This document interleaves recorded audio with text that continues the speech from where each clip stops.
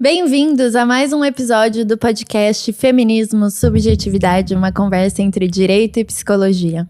Eu sou Thaís Seguesi, estou aqui com a minha mãe, a Simone Seguesi.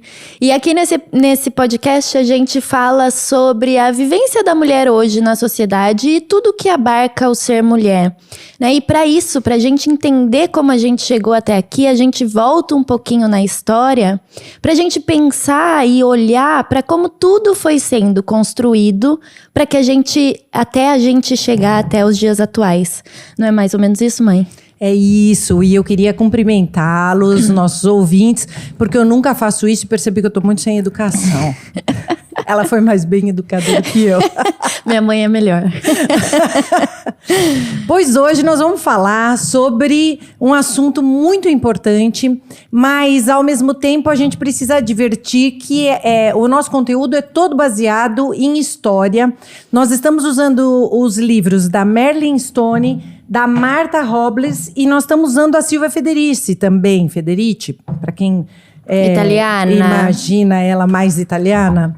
E então nós vamos trabalhar um conteúdo super importante.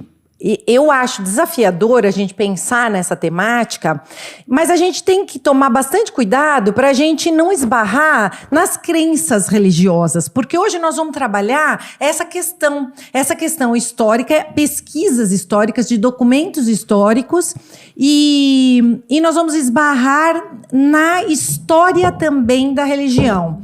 E isso, de forma alguma, nos coloca contra nenhuma delas, contra nenhuma religião. Qualquer que seja a sua crença, você deve ter razões e motivações para isso, e nós vamos trabalhar um conteúdo histórico, só mostrar o quanto a história que nos foi contada influenciou nesse status atual da mulher na sociedade. É por aí. Isso, eu acho que é importante a gente falar que a gente está aqui para pensar, né, para olhar para tudo que foi acontecendo e entender como isso influencia na gente hoje, né? Se a gente for pensar no Foucault, ele vai falar que essas histórias do passado ainda estão presas na gente, né? Então é isso que a gente quer que cada uma olhe para dentro de si, cada uma e cada um, né, para entender como que tudo isso ainda vem sendo vem atravessando a gente, né, nos dias atuais. Então, eu lembrei também da professora Júlia Miara, que a gente estudou, que ela se embasa nesse livro da Merlin Stone, que também foi muito importante para esse nosso debate. Sim, está disponível, acho que na Casa do Saber, né? É um curso muito bacana, justamente sobre essa questão, e é nisso que a gente está baseado. A gente não está inventando nada, é importante que a gente sempre repita isso. Qualquer coisa que a gente fale aqui não sai da minha cabeça nem da cabeça da Thaís. A gente lê antes, estuda antes, questiona antes. E essa frase que você falou sobre fazer uma provocação intelectual é bem isso, é uma provocação intelectual. A gente não está contando verdades nossas, né? São temas históricos e o que disso decorreu. E é por isso que é tão importante a gente falar disso. Então, vamos começar, Thaís? Vamos. A gente queria pensar um pouquinho e contar um pouquinho para vocês como que era quando Deus era mulher na nossa sociedade, né? Porque acreditem se quiserem, teve uma época que Deus era mulher. Pois é, essa época histórica, a professora Merlin, ela foi se debruçar em diversos textos históricos, em bibliotecas da Europa Antiga, principalmente, e ela começou a estudar essa época das deusas. Porque nós já sabemos, a gente aprendeu até na escola, né, que tinham algumas deusas com nomes de mulheres, né? Principalmente no mundo grego. Mas nós estamos falando muito antes disso. Nós estamos falando de 7.000 anos antes de Cristo. E aqui no livro, as três, elas repetem que há registros de cultos a deusas, a mitos e deusas até 40.000 anos antes de Cristo. Com a retroação de 40.000 anos antes de Cristo. E essas deusas, elas eram reverenciadas por conta do poder de dar a vida. né? Imagina, se a gente olha naquela época, 7.000 anos antes de Cristo, qual era a ciência daquela época?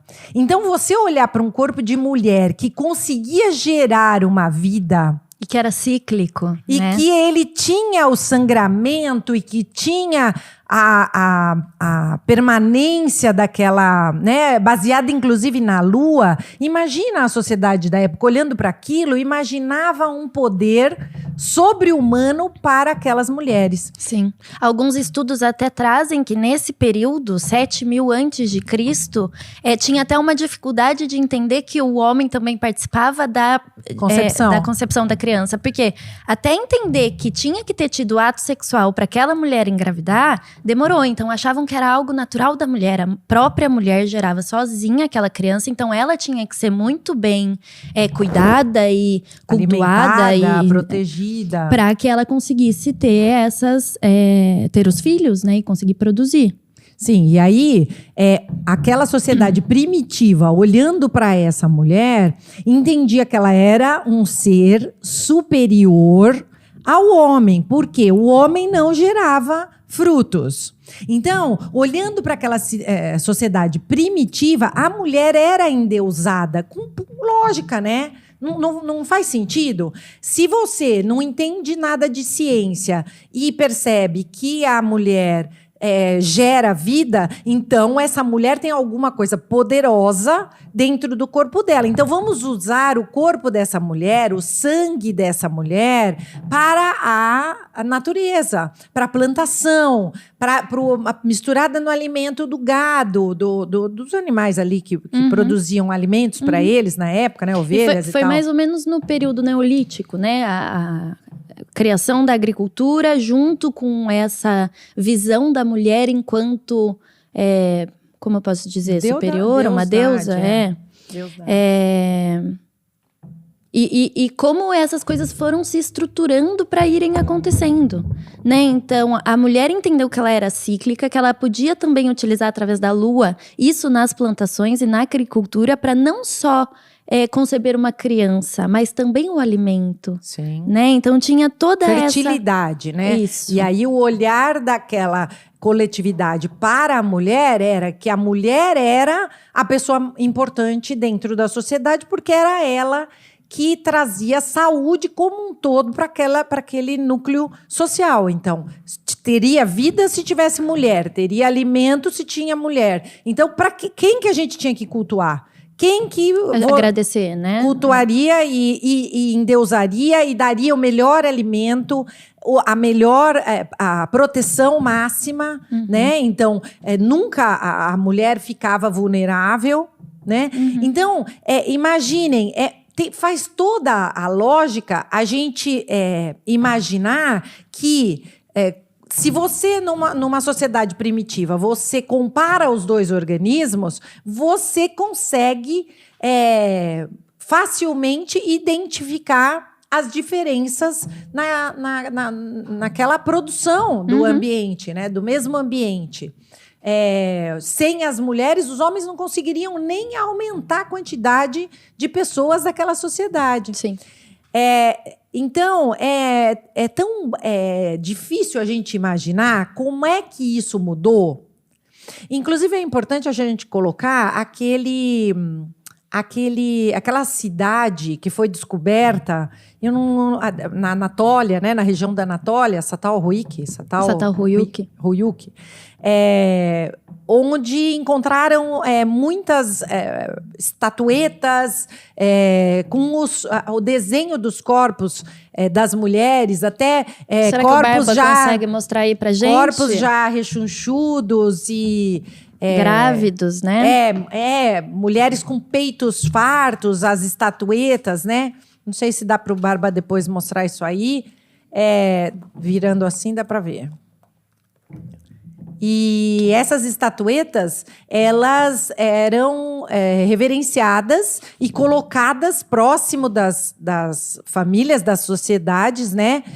na intenção de que aquilo trouxesse sorte, fartura, proteção. exatamente, Né? fertilidade para tudo, Sim. enfim. E aí é por conta dessas estatuetas que a gente tem a certeza de que a mulher era colocada em um papel superior, né? De superioridade, de endeusamento e por aí vai. Então, foi nessa época de 7.000 mais ou menos antes de Cristo, 4.000 mais ou menos antes de Cristo, que foram encontradas essas estatuetas, né? Então, é importante frisar a época, porque a gente não está inventando. E aí, a gente pode fazer uma busca na internet, inclusive, e encontrar esse sítio arqueológico que ainda está disponível para nossa visitação. É muito fácil da gente verificar que existiu um lugar particularmente importante para essa prova da época das deusas. E aí, agora, a gente precisa pensar como é que isso aí foi mudando, né? Quanto de outras interferências foram acontecendo e quanto de outros interesses foram esbarrando aí nessa superioridade entre muitas aspas, né, pessoal? Que a sociedade na época identificava da mulher em relação ao homem, né? Como que ela foi se tornando uma propriedade privada, né? Pensando que a gente era tão livre, tão solta, tão dona de tudo, da nossa própria cidade, da nossa própria casa. Nossa própria vida. Sim. E aí eu fiquei pensando, né, enquanto a gente estava conversando, para onde foram essas histórias das mulheres também? Né? Por que elas somem? Por que elas desaparecem? Quais histórias a gente conhece que estão muito mais em alta do que essas que a gente contou aqui, né? Sim. As 3 historiadoras, elas trabalham com a ideia de que foi na instauração das religiões monoteístas que essas religiões politeístas... Monoteístas é quando tem um Deus principal. Politeístas é quando tem diversos deuses. E na época das deusas, tinha a deusa do sol, a deusa da chuva, a deusa da natureza. O deus também, tinha um deus homem, deuses homens também. Mas eram politeístas. Então, não era um deus que comandava toda um deus único. O grande espectro de acontecimentos naturais ou não. Então, quando você precisava, por exemplo, de chuva, você rezava para a deusa tal. Quando você precisava de fertilidade, enfim, diferente do Deus monoteísta, que é o condutor, o receptor de todas as demandas, né? Então, todos os historiadores da época, e as 3 historiadoras, elas se baseiam nesse momento histórico onde o monoteísmo começou a ser implementado com as religiões judaico-cristãs e as deusas precisaram ser tiradas de pauta. Não dava para combinar as duas coisas. O politeísmo com o monoteísmo. E é aí que é importante a gente advertir que isso não tem a ver com a religião A ou com a religião B. Tem a ver com o momento histórico da instauração de uma nova forma de pensar. E como isso foi influenciando as pessoas da época para elas também irem mudando o que elas acreditavam, o que elas entendiam, para o que elas iam acreditar a partir de agora, né? Então, as histórias foram sendo modificadas e foram deixadas de ser contadas para que novas histórias, que a gente vai contar aqui um pouquinho do mito de Adão e Eva, acho que de Aquiles, Helena de Troia, a gente pode falar um pouquinho, mas que foram modificando toda essa história. Sim. Né? E que foram trazendo a gente mais para a realidade que a gente tem hoje, né? Sim. De um único Deus que comanda tudo, um Deus homem, né? Sim. As historiadoras, elas dizem que no momento da implementação do monoteísmo, inicialmente não tinha tanto rigor em você continuar cultuando a deusa tal. Mas, com o passar do tempo, principalmente depois da data, aquela data 1 de Cristo, né? As pressões começaram a acontecer. Então, as pessoas que ainda faziam cultos às deusas, aquelas danças entre mulheres, começaram a ser recriminadas. Todo esse culto para a lua, culto para natureza, culto para deusa, sei lá o quê, começou a ser proibido. E quem fizesse o culto poderia ser punido, inclusive com a morte. Uhum. Depois, muito depois, muito depois, do século XV em diante, começaram novamente as caças às bruxas, que também vai ser objeto de um dos nossos episódios, a gente falar dessa época das bruxas, porque é muito depois, né? Uhum. Século XV, nós estamos falando lá de 7.000 anos antes de Cristo, a época das deusas, 7.000 anos antes de Cristo, e vamos dar um salto para a época das bruxas, que é lá século XV, a partir do século XV.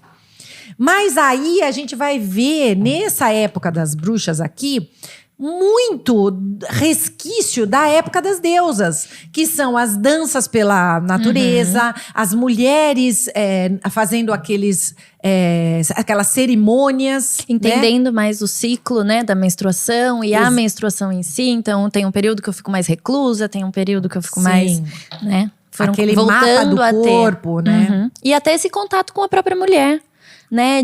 Com a força da mulher. Né, com essa mulher das deusas que existiam e que cuidavam e que davam conta, né, e que faziam acontecer, não precisavam de outras pessoas. Sim, porque se a gente imaginar que nessa época aqui, 7.000 pra cá, né, as mulheres na hora que elas iam ter bebê, elas se juntavam porque era uma coletividade de semideusas. Uhum. Elas estavam ali na hora daquele parto fazendo uma cerimônia para receber o novo membro, para amparar aquela mulher que estava parindo. E o que é isso?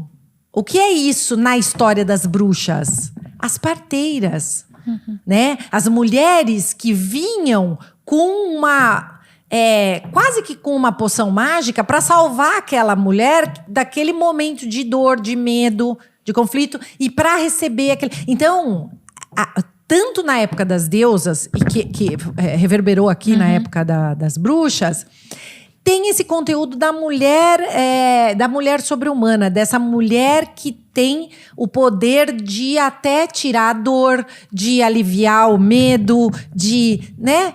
Amparar, acolher, né? Exatamente. Então veja como, de verdade, a gente fica pensando, desapareceram todos os mitos da deusa. Não desapareceu. Totalmente. Sim. Tá dentro da gente alguma coisa. Talvez não com esses nomes, né? Talvez não com toda essa ideia de que lá no passado existiam sociedades que eram controladas por mulheres, né? Comandadas por mulheres, as comunidades matrilineares que eram totalmente diferentes das nossas comunidades hoje, né? Mas fiquei pensando que a gente tem que voltar um pouco e falar do mito de Adão e Eva. Sim, mas antes de entrar no mito de Adão e Eva, só mais uma coisa, minha gente. Se as mulheres comandaram um mundo antigo, é porque nós temos condições para isso. E estudos mostram que o mundo antigo era muito diferente do que é hoje, né? Porque também tivemos uma mudança na ideia do que eram necessárias na nossa sociedade. Então, nas sociedades matrilineares não tinham muralhas. Por quê? Porque os historiadores entendem hoje, né? Pensam hoje, que é porque não existia essa ideia de guerra. Existia mais uma ideia de abundância, de fertilidade, de comunidade. Então, era todo mundo junto naquilo. De respeito à comunidade alheia. Sim, ninguém invadia, ninguém matava. E aí, foi próximo da Era Comum que começaram essas comunidades com muralhas mais voltadas para guerra, mais voltadas para luta, né? Para dominação. É isso. Aí, abre um parênteses, agora é fala minha. Se isso aconteceu, é porque a mulher sabe gerir e talvez melhor do que a gestão masculina. Fecha o parênteses. Eu vou abrir um só pra gente não ser cancelada. Não sei se melhor, mas diferente. Muito diferente do que é hoje na versão masculina. Fecha parênteses. Então vamos pro mito de Adão e Eva. Mito de Adão e Eva, vamos lá. E aqui de novo, né? Não estamos questionando esse Deus e essa história. Estamos só pensando em que momento ela chegou, o que ela causou e por que ela veio, o que ela queria. Né? Então, o mito de Adão e Eva todo mundo conhece, né? Adão e Eva estavam lá no paraíso, encontram a macieira. Eva come, né? Dá o fruto proibido para Adão e tira ele e toda a humanidade do paraíso. Então, é Eva quem faz Adão pecar. Né? Inaugura o pecado entre nós. E coloca toda a humanidade, né? Tira toda a humanidade do paraíso e leva para vida real. Para a né? vida real, para dor, para o medo, para o frio, para a fome. Sim, para tudo isso. E aí? E aí, as pessoas foram interpretando do jeito que queriam, né? Porque isso aí pode ser uma brincadeira, uma história alegórica. Eu, sinceramente, não consigo entender quem foi que teve essa genial ideia de contar uma história dessa. Mas foi muito útil. Foi muito útil para a sociedade e para o que eles precisavam para a época. Por quê? Porque foi exatamente nesse momento em que teve uma virada de chave que algumas proibições surgiram com o nome de pecado. Pois né? então. Então, o pecado do sexo. Pois é. A utilidade não tem relação nenhuma com a justiça, com a igualdade, com a isonomia. Então, a utilidade é você usar aquilo com um objetivo. Essa história, foi criada com um objetivo. Com um objetivo.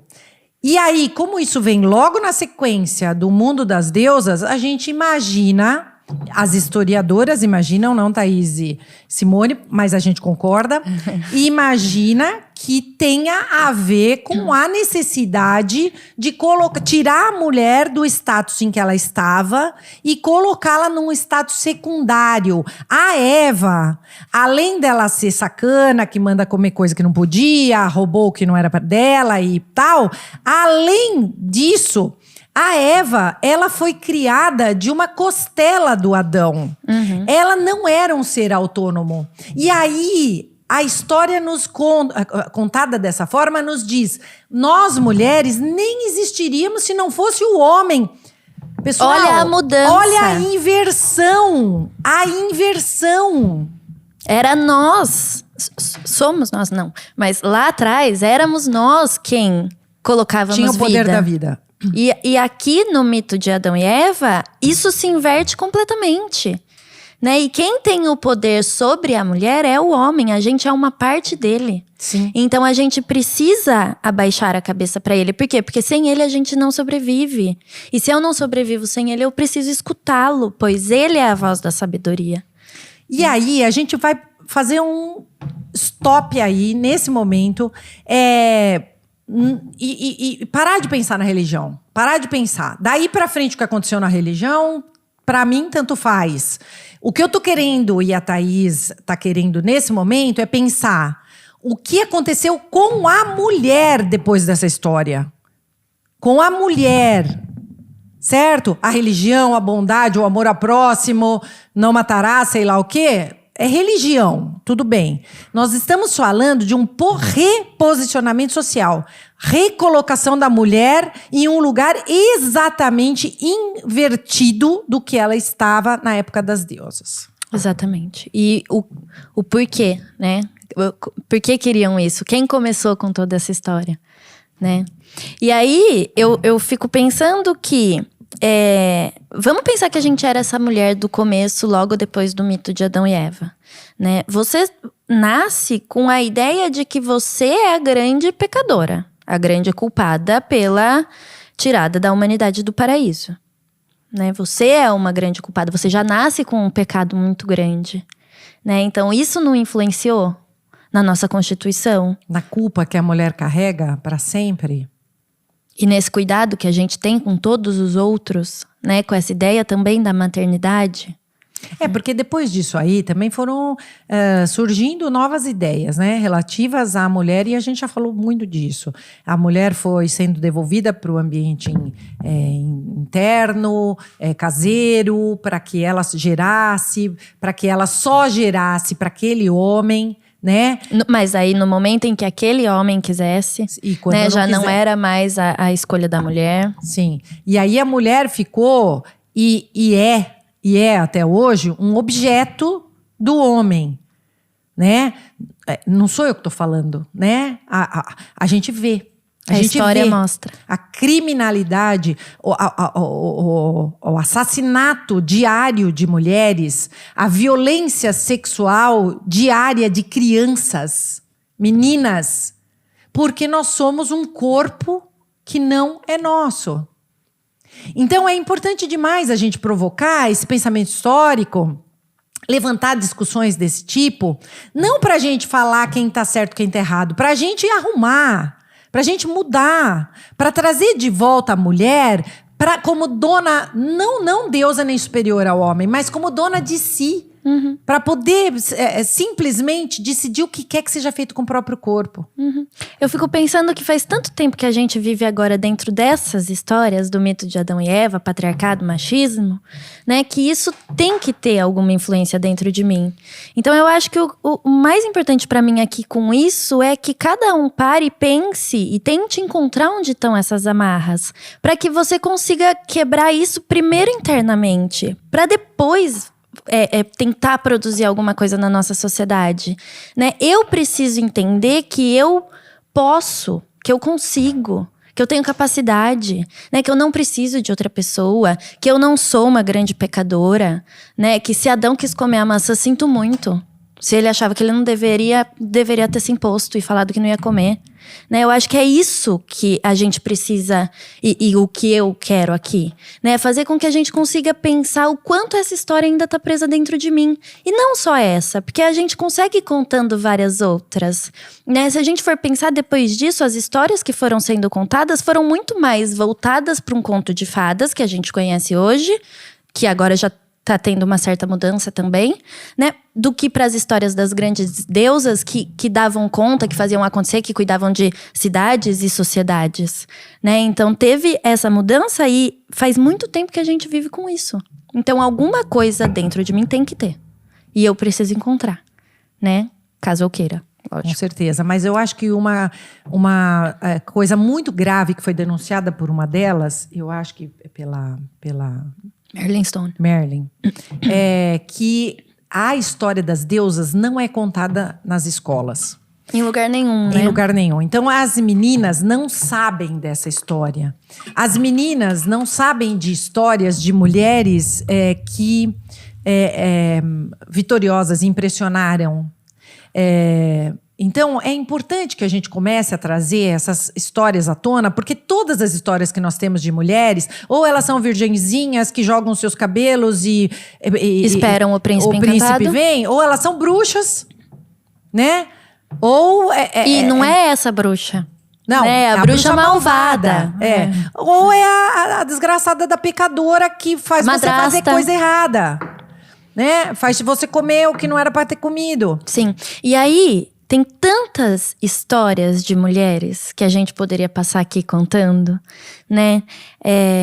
Que eu acho que é importante a gente pensar para a gente conseguir entender que existem inúmeras formas da gente viver nessa sociedade, né? Você me deu o livro A Guerra Não Tem Rosto de Mulher, né? Que conta as histórias das mulheres que participaram da guerra. Sim. Quem que fala de mulheres que participaram de guerra? Sim. Quem que fala sobre isso? E não tô falando de 7.000 anos antes de Cristo, eu tô falando de ontem. Sim. Quem que leu e foi pesquisar sobre essas mulheres que sofreram e lutaram tanto quanto homens, fuzileiras, Sim, enfermeiras, médicas, pilotas. Na trincheira. Sim. Não é fazendo massagem no pé do homem. Elas estavam lá junto, lado a lado. E ninguém fala sobre, né? Então a Helena de Troia, que ela era maravilhosa e ela resolveu assumir, né? Ela quem assumiu a família, porque era passado, inclusive, de mulheres para mulheres e não de homens para homens. né? E ela casa com o moço e dá o poder do sobrenome dela pra ele, né? E desiste do casamento porque tá apaixonada por outro homem e vai atrás de outro homem. Vira princesa de Esparta. Então, além dela ser rainha de Troia, ela é princesa de Esparta. Ao contrário, né? Rainha de Esparta, princesa de Troia. Ela volta depois e comanda de novo Esparta, né? Então, tem toda uma história que começou com Helena, era muito bonita. Sim. Né? Mas olha tudo que ela fez. Sim. E ninguém também fala sobre, né? Então, o que faz com que a nossa sociedade esconda essas histórias? Por que a gente ainda não conta essas histórias? Sim. É muito impactante para as meninas saberem que existiram exemplos, né, modelos de mulheres para a gente seguir. Como que a gente sabe que a gente pode chegar até um determinado ponto? Como que a gente sabe que a gente pode comandar uma cidade, um país? Né, A nossa própria vida. A nossa própria vida deveria ser básico. A gente sai do berço sabendo que somos indivíduos, né? Autônomos e independentes. Isso devia ser básico, devia sair do berço sabendo isso. Mas não, a gente não sabe. As mulheres não sabem, né? As mulheres vão tendo que descobrir isso ao longo do tempo. Que dá para ser feliz, que dá para fazer, construir coisas, né? Talvez até melhor, mais bem feitas do que faria se você tivesse acompanhada, né? Uma das ministras do Supremo disse que ela assistiu mulheres tendo que abrir mão de cargos porque eram casadas e tinham filhos. Então, ela que não chegou ao Supremo Tribunal Federal. Sei lá, de repente, a opção é essa, é sua, né? Se você opta por ser uma mulher tradicional, ok, desde que isso seja seu desejo, sua vontade. E o oposto, idem, né? Uhum. Eu acho que é isso que a gente quer, né? Mostrar que existem inúmeras possibilidades, que vocês podem escolher o que vocês querem, mas que para isso vocês têm que entrar em contato com o que tem dentro de vocês, né? É importante fazer esse retorno tanto histórico quanto da sua vida pessoal, né? Olha para você, para suas verdades, para os seus desejos, né? E tenta entender qual dessas mulheres, ou se você quer um tipo diferente, quer criar o seu próprio, né? Você quer se espelhar e quer ser. E aí, vai firme. Segue em frente, né? Então é isso. Se você que não pode ter acesso a esses livros quer saber mais, manda mensagem pra gente. A gente faz um resumo e coloca na nossa mídia para você também ter acesso ao material que não está acessível a todos. E é um material importante para você, mãe, mostrar para suas filhas e filhos, para você, homem, sentar com as suas filhas e contar uma história diferente da história que você aprendeu e diferente da história que ela vai aprender na escola. Porque até isso aqui entrar no conteúdo escolar, acho que vai muitas gerações ainda. Acho que eu nem quero pensar sobre isso para eu não me deprimir. Então é isso, o recado tá dado. Foi uma delícia de conversa, Thaís. Espero que vocês tenham gostado. Se vocês gostam desses temas e querem acompanhar aqui com a gente, segue aqui, dá seu like, deixa seu comentário. E de 15 em 15 dias a gente lança um episódio novo. Em todas as plataformas digitais. O Barba adora quando eu falo isso. Um beijo para todos vocês e até 15 dias.